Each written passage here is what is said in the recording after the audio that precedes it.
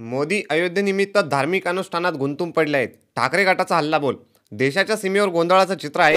मालदीवसारखा 5 लाख लोकसंख्येचा देशही भारतावर गुरगुरत आहे आणि देशाचे संरक्षण मंत्री राजनाथ सिंह मंदिरात झाडू मारत आहेत. देशात बेरोजगारी, उपासमारी, बालकांचे कुपोषण सुरू आहे. आर्थिक विषमतेचा कहर आहे. पण पंतप्रधान नरेंद्र मोदी अयोध्येनिमित्त धार्मिक अनुष्ठानात गुंतून पडले आहेत, असा हल्लाबोल ठाकरे गटाने केला आहे. राम मंदिर सोहळ्याच्या निमित्ताने मोदी 10 दिवस उपवास करणार आहेत.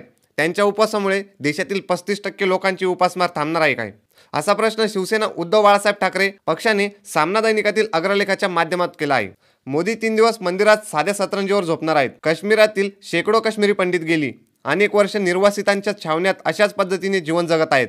पंतप्रधानांच्या सतरंजी उपक्रमाने या पंडितांची घरवापसी होणार आहे काय?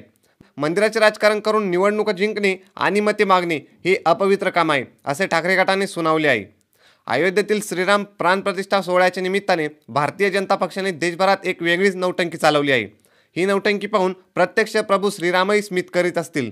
भाजपाचे केंद्रीय मंत्री या निमित्ताने देशभरातील मंदिरातील साफसफाई मोहिमेत रममान झाले आहेत. केंद्रातील मंत्री, त्यांचे राज्यातील मंत्री, भाजपाचे पुढारी राम मंदिर सोहळ्याच्या निमित्ताने गावोगावच्या मंदिरात झाडू मारत आहेत. प्राणप्रतिष्ठा सोहळ्यातील हे कोणते धार्मिक अधिष्ठान म्हणायचे? काय तर मंदिर साफसफाईचे आदेश पंतप्रधानांनी दिले होते. हिंदूंची मंदिरे साफ नाहीत म्हणून मंत्र्यांना व मुख्यमंत्र्यांना ती साफ करावी लागत आहे, असा संदेश त्यामुळे जात आहे आणि हा हिंदुत्वाचा अपमान आहे, असे ठाकरे गटाने म्हटले.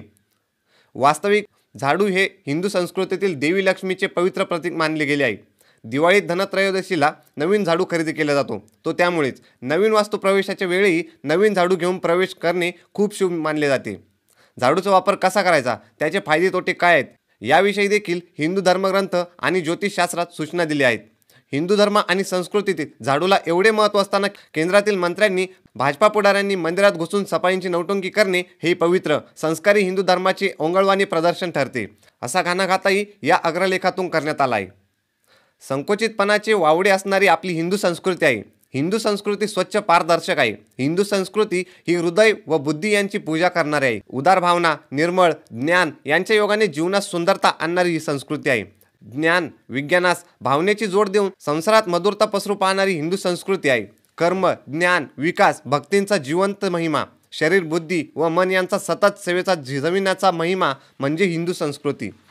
भारतीय जनता पक्षाने या महान संस्कृतीचे डबके करून ठेवले. त्यामुळे झाडूही बदनाम झाला असल्याची टीका ठाकरे गटाने केली आहे. अशाच नवीन आणि ताज्या बातम्या बघण्यासाठी आपल्या चॅनलला सबस्क्राईब करायला विसरू नका.